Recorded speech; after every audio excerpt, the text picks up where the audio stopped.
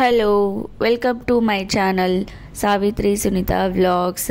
ಎಲ್ಲರೂ ಹೆಂಗಿದ್ದೀರಿ? ಎಲ್ಲರೂ ಆರಾಮದಿರಿ ಅಂತ ಅಂದ್ಕೊಳ್ತೀನಿ. ನಾವು ಆರಾಮದೀವಿ. ಇವತ್ತು ಬೆಳಗ್ಗೆನೇ ನಾನು ವ್ಲಾಗನ್ನು ಸ್ಟಾರ್ಟ್ ಮಾಡಿದ್ದೀನಿ. ಬೆಳಗ್ಗೆನೇ ಮನೇನ ಎಲ್ಲ ಕ್ಲೀನ್ ಮಾಡಿಕೊಂಡು, ಕಸ ಹೊಡ್ಕೊಂಡು, ಆಮೇಲೆ ಪರ್ಶಿ ಎಲ್ಲ ಒರೆಸ್ಕೊಂಡು, ಎಲ್ಲ ಸಾಮಾನನ್ನು ತೆಗೆದಿಟ್ಟು ಕ್ಲೀನ್ ಮಾಡಿಕೊಂಡೆ ಮನೇನೆಲ್ಲ. ಆ್ಯಕ್ಚುಲಿ ಪ್ರದೀತ ಇನ್ನೂ ಮಲ್ಕೊಂಡಿದ್ದ, ಸೊ ಅವನು ಮಲಗಿದಾಡಂತ ಹೇಳಿ ಎಲ್ಲನೂ ಕ್ಲೀನ್ ಮಾಡಿಕೊಂಡೆ. ಆಮೇಲೆ ಅವನು ಎದ್ದ ತಕ್ಷಣ ಮತ್ತೆ ಆ್ಯಸ್ ಇಟ್ ಈಸ್ ಮನೆ ಯಾವ ಥರ ಇರುತ್ತೆ ಅದೇ ಥರನೇ ಇರುತ್ತೆ. ಅವನ ಆಟದ ಸಾಮಾನೆಲ್ಲನೂ ಹೊರಗಡೆನೇ ಬರ್ತಾವೆ. ಇವಾಗೆಲ್ಲ ತೆಗೆದಿಟ್ಟು ಕ್ಲೀನ್ ಮಾಡಿದ್ದೀನಿ ಅಷ್ಟೇ. ಅವನು ಎದ್ಮೇಲೆ ಮತ್ತೆ ಮನೆಯೆಲ್ಲ ಹೆಂಗಿರುತ್ತೆ ಹಾಗೇ ಆಗಿಬಿಡುತ್ತೆ. ಸೊ ಮನೆಯೆಲ್ಲ ಕ್ಲೀನ್ ಮಾಡ್ಕೊಂಡದಾದಮೇಲೆ ಹಾಗೆ ಅಡುಗೆ ಮನೆಯಲ್ಲಿ ಪಾತ್ರೆನೆಲ್ಲ ತೊಳೆದು ಹಾಗೆ ಡಬ್ಬ ಹಾಕಿದ್ದೆ ಸಿಂಕ್ ಹತ್ರ. ಸೊ ಇವಾಗ ಎಲ್ಲನೂ ತೆಗೆದಿಟ್ಕೊಳ್ತಾ ಇದ್ದೀನಿ. ಅದನ್ನೆಲ್ಲ ತೆಗೆದಿಟ್ಕೊಂಡಾದ್ಮೇಲೆ ನೆಕ್ಸ್ಟ್ ಕೆಲಸ ಸ್ಟಾರ್ಟ್ ಆಗೋದು. ಸೊ ಎಲ್ಲನೂ ಪಾತ್ರೆ ಡಬ್ಬ ಹಾಕ್ಕೊಂಡು, ಆಮೇಲೆ ಮುಂಚೆನೇ ಟೀ ಮಾಡ್ಕೊಂಡು ಕುಡಿದಿದ್ನಿ. ಸೊ ಟೀ ಕುಡಿದ್ಮೇಲೆ ನನಗೆ ಎನರ್ಜಿ ಬರುತ್ತೆ ಅಂತ ಎಲ್ರಿಗೂ ಗೊತ್ತು. ಸೊ ಮೊದಲು ಟೀ ಮಾಡ್ಕೊಂಡು ಕುಡಿದೆ, ಆಮೇಲೆ ಎಲ್ಲನೂ ಆರ್ಗನೈಸ್ ಮಾಡಿ ಇಟ್ಕೊಂಡೆ. ಸೊ ಅದಾದಮೇಲೆ 3-4 ದಿನ ಆಯಿತು ದೋಸೆ ಮಾಡಬೇಕು ಅಂತ ಹೇಳಿ ಅಂದ್ಕೊಳ್ತೀನಿ, ಬಟ್ ಅಕ್ಕಿ ನೆನೆ ಹಾಕೋದು ಮರಿತಾ ಇದ್ದೆ. ಸೊ ಹೀಗಾಗಿ ಇವತ್ತು ಬೆಳಗ್ಗೆನೇ ನೆನಪಾಯಿತು ಅಕ್ಕಿ ನೆನೆ ಹಾಕಬೇಕು ಅಂತ ಹೇಳಿ. ಸೊ ಮತ್ತೆ ಆಮೇಲೆ ಅಂತ ಅಂದ್ಕೊಂಡ್ರೆ ನೆನಪಾಗಲ್ಲ ಅಂತ ಹೇಳಿ ಅಂದ್ಕೊಂಡು ನೆನಪಾದ ತಕ್ಷಣ ಇಲ್ಲಿ ಅಕ್ಕಿನ ನೆನೆ ಹಾಕಿ ಇಟ್ಕೊಳತ್ತೀನಿ. ನಾನಿಲ್ಲಿ ಅಕ್ಕಿ ನೆನೆ ಹಾಕಬೇಕಾದ್ರೆ ಜಾಸ್ತಿ ಏನೂ ಹಾಕಲ್ಲ. ಎಲ್ಲರೂ ದೋಸೆಗೆ ಏನು ಹಾಕ್ತಾರೆ, ಕಡಲೆಬೇಳೆ ಹಾಕ್ತಾರೆ, ತೊಗರಿಬೇಳೆ ಹಾಕ್ತಾರೆ, ಆಮೇಲೆ ಹೆಸರು ಬೇಳೆ ಹಾಕ್ತಾರೆ, ಮೆಂತ್ಯ ಹಾಕ್ತಾರೆ, ಏನೇನೋ ಬೇಳೆಗಳನ್ನೆಲ್ಲನೂ ಕೂಡಿಸಿ ದೋಸೆಯನ್ನು ಮಾಡ್ತಾರೆ. ಆಮೇಲೆ ಸಾಬುದಾನೆನೂ ಹಾಕ್ತಾರೆ. ಬಟ್ ನನಗೆ ಹೇಳ್ತಾರೆ ಎಲ್ಲರೂ ಅದನ್ನ ಹಾಕು ಇದನ್ನ ಹಾಕು ಚಲೋ ಆಗ್ತಾವೆ ದೋಸೆ ಅಂತ ಹೇಳಿ.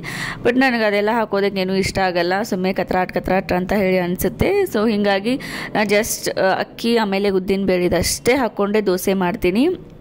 3 ಗ್ಲಾಸ್ ಅಕ್ಕಿನ ಹಾಕ್ಕೊಂಡಿದ್ದೀನಿ, ಆಮೇಲೆ 1 ಗ್ಲಾಸ್ ಉದ್ದಿನ ಬೇಳೆನ ಹಾಕ್ಕೊಂಡಿದ್ದೀನಿ, ಆಯಿತು. ಸೊ ಮಾರ್ನಿಂಗ್ನೇ ಅಕ್ಕಿನ ನೆನೆಸಿಟ್ಟೆ, ಆಮೇಲೆ ನೆಕ್ಸ್ಟ್ ಡೇ ಅಂತೂ ದೋಸೆ ಮಾಡೋದೇನೆ. ಅದಾದಮೇಲೆ ಇವತ್ತು ನಾಷ್ಟಕ್ಕೆ ಏನು ಮಾಡೋದು ಅಂತ ಹೇಳಿ ಯೋಚನೆ ಮಾಡತ್ತಿದ್ನಿ. ಹಾಗೆ ಕೆಲಸ ಮಾಡ್ಕೋತಾನೆ ಯೋಚನೆ ಮಾಡತ್ತಿದ್ದೆ ಏನು ಮಾಡೋದು ಇವತ್ತು ಟಿಫಿನ್ಗೆ ಅಂತ ಹೇಳಿ. ಭಾಳ ದಿನ ಆಗಿತ್ತು ರವೆ ಉಪ್ಪಿಟ್ಟು ಮಾಡಿರಲಿಲ್ಲ. ಸೊ ಇವತ್ತು ರವೆ ಉಪ್ಪಿಟ್ಟು ಮಾಡೋಣ ಅಂತ ಹೇಳಿ ಅದನ್ನ ಮಾಡೋದಕ್ಕೆ ಪ್ಲ್ಯಾನ್ ಮಾಡ್ಕೊಳತ್ತೀನಿ. ಡೈಲಿ ಮಾಡ್ತೀನಿ, ಬಟ್ ಪ್ರತಿತ್ಯಾಗಷ್ಟೇ ರವೆ ಉಪ್ಪಿಟ್ಟು ಮಾಡಿ ತಿನ್ಸಿರ್ತೀನಿ. ನಮಗೆ ಅಂತ ಹೇಳಿ ಮಾಡ್ಕೊಂಡೇ ಇರಲಿಲ್ಲ, ಬರೀ ಗೋಧಿ ಉಪ್ಪಿಟ್ಟು, ಆಮೇಲೆ ದೋಸೆ, ಜೋಳದ ದೋಸೆ, ಆಮೇಲೆ ಶಾವಿಗೆ ಉಪ್ಪಿಟ್ಟು, ಬರೀ ಇದೇ ಮಾಡೋದಾಗ್ತಿತ್ತು. ರವೆ ಉಪ್ಪಿಟ್ಟು ಮಾಡಬೇಕು ಅಂತ ಅಂದ್ಕೊಳ್ತಿದ್ದೆ, ಆಮೇಲೆ ಹಾಗೆ ಬೇಡ ಬಿಡು ನಾಳೆ ಮಾಡಿದರೆ ಆಯ್ತಂತ ಹೇಳಿ ಬಿಡ್ತಿದ್ನಿ. ಸೊ ಇವತ್ತು ಮಾಡೋಣ ಅಂತ ಹೇಳಿ ಅಂದ್ಕೊಂಡೇ ರವೆ ಉಪ್ಪಿಟ್ಟು ಮಾಡೋದಕ್ಕೆ ಎಲ್ಲ ರೆಡಿ ಮಾಡ್ಕೊಳತ್ತೀನಿ. ಸೊ ಇಲ್ಲಿ ಈರುಳ್ಳಿನ ಕಟ್ ಮಾಡ್ಕೊಳತ್ತೀನಿ. ಅರ್ಧ ಈರುಳ್ಳಿನ ತೆಗೆದಿಟ್ಟೆ ಕಟ್ ಮಾಡಿಕೊಂಡು, ಯಾಕಂತಂದರೆ ಮೊನ್ನೆ ಮತ್ತೆ ಏನು ಮಾಡಿದ್ದಾರೆ, ಈರುಳ್ಳಿನ ಸ್ವಲ್ಪ ದೊಡ್ಡ ಸೈಜ್ ತೊಗೊಂಬಂದಿದ್ದಾರೆ. ಸೊ ಅಷ್ಟು ದೊಡ್ಡ ಸೈಜ್ ನಮ್ಗೆ ಜಾಸ್ತಿ ಆಗುತ್ತೆ, ಒಂದು ಈರುಳ್ಳಿ ಒಂದು ಐಟಮ್ ಮಾಡೋದಕ್ಕೆ ಜಾಸ್ತಿ ಆಗುತ್ತೆ ಅದು. ಸೊ ಹೀಗಾಗಿ ಒಂದು ಅರ್ಧ ಈರುಳ್ಳಿನ ಉಪ್ಪಿಟ್ಟಿಗೆ ಯೂಸ್ ಮಾಡ್ಕೊಂಡು, ಆಮೇಲೆ ಇನ್ನೂ ಒಂದು ಅರ್ಧ ಈರುಳ್ಳಿನ ನೆಕ್ಸ್ಟ್ ಏನಾದರೂ ಪಲ್ಯ ಮಾಡಬೇಕಾದ್ರೆ ಬರುತ್ತೆ ಅಂತ ಹೇಳಿ ಇನ್ನೊಂದು ಅರ್ಧ ಈರುಳ್ಳಿನ ತೆಗೆದಿಟ್ಟೆ. ಅದು ಎಲ್ಲ ವುಮೆನ್ಸ್ ಮಾಡುವಂಥ ಒಂದು ಇದನ್ನೇ ಕೆಲಸನೇ. ಅವ್ರ ಮನೆಯಲ್ಲಿ ಈರುಳ್ಳಿ ದೊಡ್ಡದಾಗಿದ್ದರೆ ಒಂದು ಅರ್ಧ ಈರುಳ್ಳಿ ಒಂದಕ್ಕೆ ಯೂಸ್ ಮಾಡ್ತಾರೆ, ಇನ್ನು ಅರ್ಧ ಈರುಳ್ಳಿ ಇನ್ನೊಂದು ಐಟಮ್ಗೆ ಯೂಸ್ ಮಾಡ್ತಾರೆ, ಅದಂತೂ ಕಾಮನ್ನೇ. ಸೊ ನಾನು ಟಿಪಿಕಲ್ ಇಂಡಿಯನ್ ವುಮೆನ್ ಅಲ್ಲ, ಸೊ ಹೀಗಾಗಿ ಒಂದು ಅರ್ಧ ಈರುಳ್ಳಿನ ಉಪ್ಪಿಟ್ಟಿಗೆ ಯೂಸ್ ಮಾಡ್ಕೊಳ್ತಾ ಇದ್ದೀನಿ. ಕರಿಬೇವು, ಕೊತ್ತಂಬರಿ, ಆಮೇಲೆ ಮೆಣಸಿನ್ಕಾಯಿ ಎಲ್ಲನೂ ಕಟ್ ಮಾಡಿ ಇಟ್ಕೊಂಡು ರೆಡಿ ಮಾಡಿ ಇಟ್ಕೊಂಡೆ. ಆ್ಯಕ್ಚುಲಿ ಪ್ರದೀತ ಇನ್ನೂ ಮಲ್ಕೊಂಡಿದ್ದ. ಸೊ ಅವ್ನು ಮಲ್ಕೊಂಡಾಗ್ಲೇ ಎಲ್ಲ ಕೆಲಸ ಆಗುತ್ತೆ ನಂದು. ಅವ್ನು ಎದ್ಬಿಟ್ರೆ ಅಂತೂ ಮುಗಿತು, ಏನೂ ಕೆಲಸ ಆಗೋದಿಲ್ಲ. ನಮ್ಮ ಅತ್ತೆ ನಮ್ಮ ಮಾವ ಇಬ್ಬರು ಕರ್ಕೊಂಡಿರ್ತಾರೆ, ಆದರೂ ನಾ ಬೇಕು ಅವನಿಗೆ ಮುಂದೆ. ಸೊ ಹೀಗಾಗಿ ಅವನ್ನ ಮಲಗಿದಾಗನೇ ಎಲ್ಲ ಕೆಲಸನೂ ಮಾಡಿಟ್ಕೊಳ್ತೀನಿ, ನಾಷ್ಟಕ್ಕೂ ಮಾಡ್ಕೊತೀನಿ, ಅದ್ರ ಜೊತೆಗೆ ಅಡುಗೆನೂ ಮಾಡಿ ಇಟ್ಬಿಡ್ತೀನಿ. ಆ್ಯಂಡ್ ಇವತ್ತು ತಲೆಗೆ ಎಣ್ಣೆ ಹಚ್ಕೊಂಡೇನಿ ಫುಲ್. ಸೊ ಹೀಗಾಗಿ ಇನ್ನು ತಲೆ ಮಬ್ಬು ಹಿಡ್ದಂಗೆ ಆಗೈತೆ ನಂದು, ಫುಲ್ ನಿದ್ದೆ ಬರಾಕತ್ತಾವಿನ್ನ. ಸೊ ಈ ತಲೆಗೆ ಎಣ್ಣೆ ಹಚ್ಕೊಂಡಾಗ ಮುಖ ಒಂಥರ ಕಳೆ ಆಗಿ ಚೆಂದ ಕಾಣಿಸ್ತೈತಲ್ಲ. ನಿಮಗೂ ಹಿಂಗೆ ಕಾಣಿಸ್ತಿದ್ರೆ ನನಗೆ ಕಮೆಂಟ್ ಮಾಡಿ. ನಮ್ಮ ಮಮ್ಮಿ ಯಾವಾಗಲೂ ಬೈತಿದ್ಲು, ಎಣ್ಣೆ ಹಚ್ಕೋ ಮುಖ ಚೆಂದ ಕಾಣ್ತೈತಿ ಅಂತ ಹೇಳಿ. ಬಟ್ ನಾವು ಹಚ್ಕೊಳ್ಳೋದೇ ವಾರಕ್ಕೆ ಒಂದ್ಸಲ, ಇಲ್ಲಾಂದ್ರೆ ಅದನ್ನೂ ಹಚ್ಕೊಳ್ಳೋಂಗಿಲ್ಲ. ಸೊ ಇವತ್ತು ಏನೋ ನೆನಪಾಯಿತು ತಲೆಗೆ ಎಣ್ಣೆ ಹಚ್ಕೊಳ್ಳೋಣ ಅಂತ ಹೇಳಿ ಹಚ್ಕೊಂಡಿದ್ದೀನಿ. ಏನೋ ಒಂಥರ ಚೆಂದ ಕಾಣಿಸ್ತಿದ್ನಿ, ಕನ್ನಡಿ ನೋಡ್ಕೊಂಡಾಗ ಮುಖ ಎಲ್ಲ ಕಳೆಯಾಗಿ ಕಾಣಿಸತೈತಲ್ಲ ಅಂತ ಹೇಳಿ ನನಗೆ ಅನ್ಸತ್ತಿತ್ತು. ಸೊ ಆವಾಗ ನಮ್ಮ ಮಮ್ಮಿ ಹೇಳಿ ಡೈಲಾಗ್ ನೆನಪಾಯಿತು ನನಗೆ, ಎಣ್ಣೆ ಹಚ್ಕೊಂಡ್ರೆ ಮುಖ ಎಲ್ಲ ಕಳೆಯಾಗಿ ಚೆಂದ ಕಾಣಿಸ್ತೈತಿ ಅಂತ ಹೇಳ್ತಿದ್ರು. ಸೊ ಆ ಡೈಲಾಗ್ ನೆನಪಾಯಿತು. ಆ್ಯಕ್ಚುಲಿ ನಾ ಎಣ್ಣೆ ಹಚ್ಕೊಂಡಾಗೆಲ್ಲ ನಮ್ಮ ಮಮ್ಮಿ ಹೇಳಿ ಡೈಲಾಗೇನೆ ನಂಗೆ ನೆನಪಾಗುತ್ತೆ. ಬಟ್ ಆದ್ರೂ ನಾ ಎಣ್ಣೆ ಹಚ್ಕೊಳ್ಳೋದೇ ಇಲ್ಲ ತಲೆಗೆ, ಯಾವಾಗಾದರೂ ಹೀಗೆ ಒಂದ್ಸಲ ಹಚ್ಕೊಳ್ತೀನಿ ಅಷ್ಟೇ, ಜಾಸ್ತಿ ಹಚ್ಚೋದೇ ಇಲ್ಲ. ಆ್ಯಂಡ್ ಬನ್ನಿ ಇವಾಗ ಉಪ್ಪಿಟ್ಟು ಮಾಡೋ ಸಮಯ, ಉಪ್ಪಿಟ್ಟು ಮಾಡೋನು. ಆ್ಯಕ್ಚುಲಿ ನಾನಿಲ್ಲಿ ಉಪ್ಪಿಟ್ಟನ್ನು ಇಬ್ಬರಿಗೇ ಮಾಡತ್ತೀನಿ, ನನಗೆ ಆಮೇಲೆ ನಮ್ಮ ಅತ್ತೆಗೆ ಇಬ್ಬರಿಗೇ ಉಪ್ಪಿಟ್ಟನ್ನು ಮಾಡ್ಕೊಳತ್ತೀವಿ. ಯಾಕಂತಂದರೆ ನಮ್ಮ ಮಾವನವ್ರಿಗೆ ಅವ್ರಿಗೆ ಡೈರೆಕ್ಟ್ ಊಟನೇ ಬೇಕು. ಸೊ ಅವರು 1 ಗಂಟೆ ಸುಮಾರಿಗೆ ಊಟ ಮಾಡಿಬಿಡ್ತಾರೆ. ಸೊ ಹೀಗಾಗಿ ಮಹೇಶ್ ಅಂತೂ ಇಲ್ಲ, ಅವರು ಊರಿಗೆ ಹೋಗಿದ್ದಾರೆ. ನಾನು ನಮ್ಮ ಅತ್ತೆ ಇಬ್ಬರೇ ಇದ್ದೀವಿ ಮನೆಯಲ್ಲಿ ಇವಾಗ. ಸೊ ಅವ್ರಿಗೆ ನನಗೆ ಇಬ್ಬರಿಗೇ ಅಷ್ಟೇ ಉಪ್ಪಿಟ್ಟನ್ನು ಮಾಡತ್ತೀನಿ. ಸೊ ಒಂದು ಗ್ಯಾಸ್ ಮೇಲೆ ನೀರನ್ನು ಕಾಯಿಸಿಟ್ಕೊಂಡಿದ್ದೀನಿ, ಆಮೇಲೆ ಇನ್ನೊಂದು ಗ್ಯಾಸ್ ಮೇಲೆ ಉಪ್ಪಿಟ್ಟು ರೆಡಿ ಮಾಡತ್ತೀನಿ. ನಾನಿಲ್ಲಿ ರವೆ ಉಪ್ಪಿಟ್ಟನ್ನು ಯಾವ ಥರ ಮಾಡ್ತೀನಿ ಅನ್ನೋದನ್ನು ತೋರಿಸ್ತೀನಿ. ಆ್ಯಕ್ಚುಲಿ ಮೇ ಬಿ ನೀವು ಹೀಗೆ ಮಾಡ್ತಿರ್ಬೋದು. ಇದನ್ನ ಆ್ಯಕ್ಚುಲಿ ನಮ್ಮ ಮಮ್ಮಿ ಹೀಗೆ ಮಾಡ್ತಾರೋ. ಸೊ ನಮ್ಮ ಮಮ್ಮಿಯಿಂದ ಕಲ್ತಿರುವಂಥ ರೆಸಿಪಿ ಇದು. ಅವರು ರವೆ ಉಪ್ಪಿಟ್ಟನ್ನು ಭಾಳ ಟೇಸ್ಟಾಗಿ ಮಾಡ್ತಿದ್ರು. ಸೊ ಅವರು ಮಾಡುವಂಥ ರವೆ ಉಪ್ಪಿಟ್ಟು ಆಮೇಲೆ ಶಿರಾ ಇವೆರಡು ಐಟಮ್ ಇಷ್ಟ ಆಗ್ತಾವೆ ನನಗೆ ಆ್ಯಕ್ಚುಲಿ. ಸೊ ಅವ್ರು ಮಾಡೋ ಥರನೇ ನಾ ಇವಾಗ ರವೆ ಉಪ್ಪಿಟ್ಟನ್ನು ಮಾಡತ್ತೀನಿ. ಏನಿಲ್ಲ, ಜಸ್ಟ್ ಒಗ್ಗರಣೆಯನ್ನು ಹಾಕ್ಕೊಳ್ಳೋದು, ಎಣ್ಣೆ ಆಮೇಲೆ ಜೀರಿಗೆ ಸಾಸಿವೆ ಆಮೇಲೆ ಉದ್ದಿನ ಬೇಳೆಯನ್ನು ಸ್ವಲ್ಪ ಹಾಕ್ಕೊಳ್ಳೋದು, ಆಮೇಲೆ ಕರಿಬೇವು ಮೆಣಸಿನ್ಕಾಯಿ ಆಮೇಲೆ ಈರುಳ್ಳಿನ ಹಾಕ್ಕೊಂಡು ಫ್ರೈ ಮಾಡ್ಕೊಳ್ಳೋದು. ಅದಾದಮೇಲೆ ಅದರಲ್ಲಿನೇ ಸ್ವಲ್ಪ ರವೆಯನ್ನು ಹಾಕ್ಕೊಳ್ಳೋದು. ನಾವು ಎಷ್ಟು ಉಪ್ಪಿಟ್ಟನ್ನು ಮಾಡ್ತಿರ್ತೀವಲ್ಲ ಅಷ್ಟು ರವೆಯನ್ನು ಹಾಕ್ಕೊಳ್ಳೋದು. ನಾನಿಲ್ಲಿ ಜಾಸ್ತಿ ಮಾಡತ್ತಿಲ್ಲ, ಜಸ್ಟ್ ಇಬ್ಬರಿಗೆ ಆಗುವಷ್ಟು ಉಪ್ಪಿಟ್ಟು ಮಾಡತ್ತೀನಿ. ಸೊ ಹೀಗಾಗಿ ಒಂದು ಸ್ವಲ್ಪ ರವೆಯನ್ನು ಹಾಕ್ಕೊಂಡೆ. ಸೊ ಅದರಲ್ಲೇ ಏನು ಮಾಡಬೇಕು, ನಾವು ಫ್ರೈಯನ್ನು ಮಾಡಬೇಕು. ರವೆಯನ್ನು ಅದೇ ಒಂದು ಒಗ್ಗರಣೆಲಿ ನಾವು ಏನು ಮಾಡಬೇಕು, ಫ್ರೈಯನ್ನು ಮಾಡಬೇಕು. ಎಲ್ಲರೂ ಇದೇ ಥರ ಮಾಡ್ತಾರಲ್ಲೋ ನನಗೆ ಗೊತ್ತಿಲ್ಲ, ಬಟ್ ನಾ ಈ ಥರ ಮಾಡ್ತಾಯಿದ್ದೀನಿ, ತೋರ್ಸತ್ತೀನಿ ಅಷ್ಟೇ. ನಾವು ಇದ್ರದ್ದು ಉಪ್ಪಿಟ್ಟು ಮಾಡ್ತೀವಲ್ಲ, ಗೋಧಿ ರವೆದು ಉಪ್ಪಿಟ್ಟು ಏನು ಮಾಡ್ತೀವಿ, ಆವಾಗ ನಾವು ರವೆನ ಮುಂಚೆನೇ ಹುರ್ಕೊಂಡು ಇಟ್ಕೊಂಡಿರ್ತೀವಿ.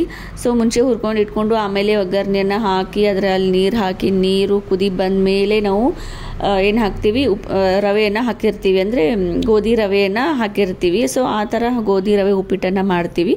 ಬಟ್ ನಾನಿಲ್ಲಿ ರವೆ ಉಪ್ಪಿಟ್ಟನ್ನು ಈ ಥರ ಮಾಡ್ತೀನಿ, ಅಂದರೆ ಒಗ್ಗರಣೆಯಲ್ಲಿನೇ ನಾನು ಏನು ಮಾಡ್ತೀನಿ, ರವೆಯನ್ನು ಹಾಕ್ಕೊಂಡು ಹುರ್ಕೊಳ್ತೀನಿ ಫಸ್ಟಿಗೆ. ಸೊ ಚೆಂದಂಗಿ ಪೂರ್ತಿ ಅದು ವೈಟ್ ಕಲರ್ ಬರೋ ತನಕ ಅದನ್ನು ಹುರ್ಕೊಳ್ಬೇಕು ನೀಟಾಗಿ. ಸೊ ನಾನಿಲ್ಲಿ ಹುರ್ಕೊಳತ್ತೀನಿ. ಆಮೇಲೆ ಸೈಡಲ್ಲಿ ನೀರನ್ನು ಕಾಯಿಸ್ಕೊಳ್ಳೋಕೆ ಇಟ್ಕೊಳ್ಬೇಕು.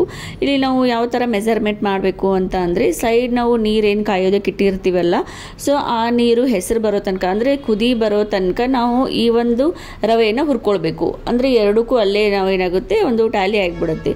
ಅಂದರೆ ಎರಡೂ ನಾವು ಒಮ್ಮೆನೇ ಸ್ಟಾರ್ಟ್ ಮಾಡಿರ್ತೀವಿ ಪ್ರೊಸೆಸನ್ನು. ಸೊ ಹೀಗಾಗಿ ಆ ನೀರು ಕಾಯೋದ್ರಷ್ಟರಲ್ಲೇ ಇಲ್ಲಿ ರವೆನೂ ಏನಾಗಿರುತ್ತೆ, ಫ್ರೈ ಆಗಿರುತ್ತೆ. ಸೊ ಇವಾಗ ರವೆ ಎಲ್ಲ ಫ್ರೈ ಆಯಿತು, ಸೈಡಲ್ಲಿ ನೀರನ್ನು ಕುದಿ ಬಂದಿದೆ. ಸೊ ಇವಾಗ ಉಪ್ಪಿಟ್ಟು ರವೆದಲ್ಲಿ ನೀರನ್ನು ಹಾಕಿದರೆ ಉಪ್ಪಿಟ್ಟು ರೆಡಿ ಆಗೋಯ್ತು.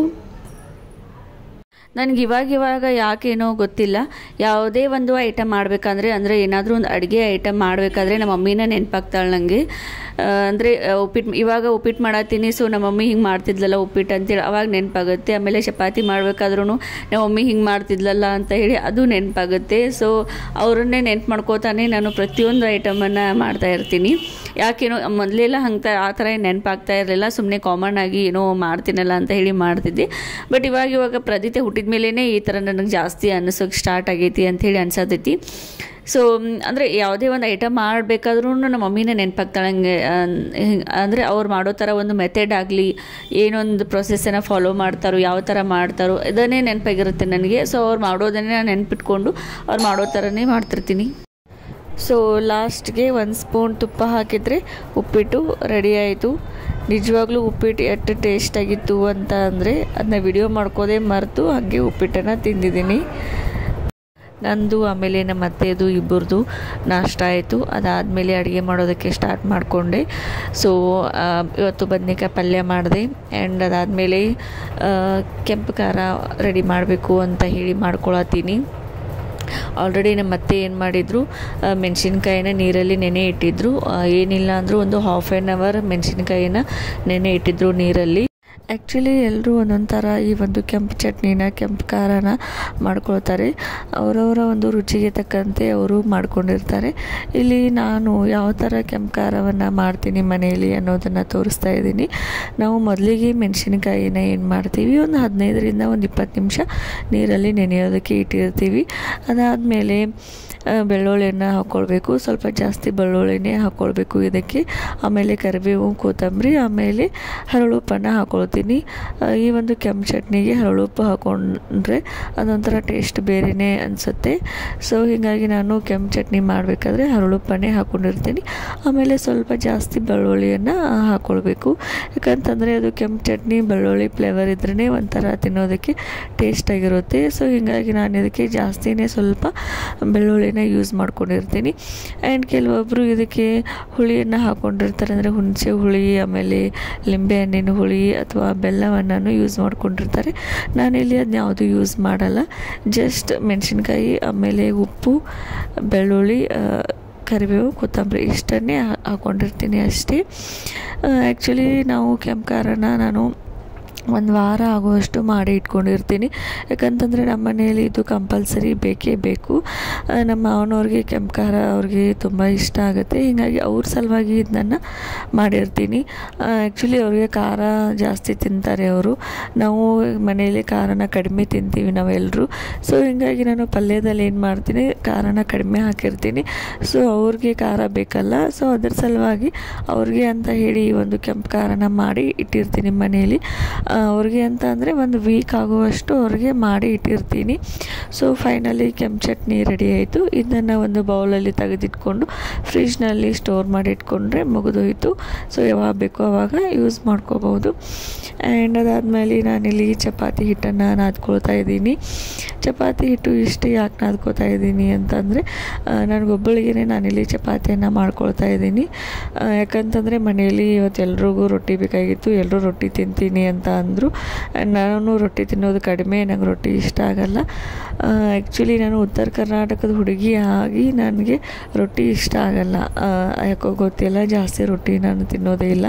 ಸೊ ಹೀಗಾಗಿ ನನಗಷ್ಟೇ ಅಂತ ಹೇಳಿ ನಾನು ಚಪಾತಿನ ಮಾಡ್ಕೊಳತ್ತೀನಿ. ಇಲ್ಲಿ ನಾನು ಚಪಾತಿ ಹಿಟ್ಟನ್ನು ನಾನು ಬೆರಳಿಂದನೇ ನಾದ್ಕೊಳತ್ತೀನಿ. ಆ್ಯಕ್ಚುಲಿ ಇದು ನಮ್ಮ ಮಮ್ಮಿ ಹೇಳಿದ ಟ್ರಿಕ್ಸೇ. ಅವ್ರು ಯಾವಾಗಲೂ ಹೇಳ್ತಿರ್ತಾರೆ ಚಪಾತಿ ಹಿಟ್ಟನ್ನು ಅಂಗೈ ಹೆಚ್ಚಿ ನಾದಬಾರ್ದು, ಬೆರಳಿಂದನೇ ನಾದ್ಕೊಳ್ಬೇಕು, ಫುಲ್ ಸ್ಮೂತಾಗಿ ನಾದ್ಕೊಂಡ್ರೆ ಚಪಾತಿ ಸಾಫ್ಟಾಗಿ ಬರುತ್ತೆ ಅಂತ ಹೇಳಿ. ಸೊ ಚಪಾತಿ ಹಿಟ್ಟು ನಾದಬೇಕಾದ್ರೂ ನನಗೆ ಮತ್ತೆ ನಮ್ಮಮ್ಮ ಹೇಳಿರೋದೇ ನೆನಪಾಯಿತು.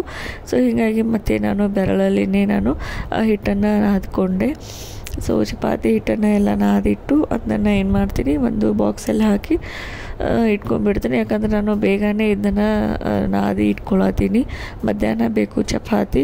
ಸೊ 2 ಗಂಟೆ 3 ಗಂಟೆಗೆ ನಾನು ಊಟ ಮಾಡೋದ್ರಿಂದ ಆ ಒಂದು ಟೈಮಲ್ಲಿ ಚಪಾತಿನ ಮಾಡ್ಕೊಳ್ತೀನಿ. ಸೊ ಅದಕ್ಕಿಂತ ಮುಂಚೆನೇ ನಾನಿಲ್ಲಿ ಹಿಟ್ಟನ್ನು ನಾದಿ ಇಟ್ಕೊಳತ್ತೀನಿ ಅಷ್ಟೇ. ಆ್ಯಕ್ಚುಲಿ ಈ ಒಂದು ವಿಡಿಯೋನ ನಮ್ಮ ಮಮ್ಮಿ ನೋಡ್ತಾಳು. ಸೊ ಅದ್ರ ಸಲುವಾಗಿ ಅವರು ಚಪಾತಿ ಹಿಟ್ಟು ನಾದೋದು ನೋಡಿದರೆ ಬೈತಾರು ಅಂತ ಹೇಳಿ ನಾನು ಅವರು ಒಂದು ಹೇಳಿದ ಟ್ರಿಕ್ಸಲ್ಲಿನೇ ನಾನು ಚಪಾತಿ ಹಿಟ್ಟನ್ನು ನಾದ್ಕೊಳತ್ತೀನಿ. ನಮ್ಮ ಮಮ್ಮಿ ಇದನ್ನ ನೋಡಿ ಗ್ಯಾರಂಟಿ ಕಾಲ್ ಮಾಡಿ ಹೇಳ್ತಾರೆ. ಸೊ ನೋಡೋಣ ಏನು ಹೇಳ್ತಾರೆ ಅಂತ ಹೇಳಿ.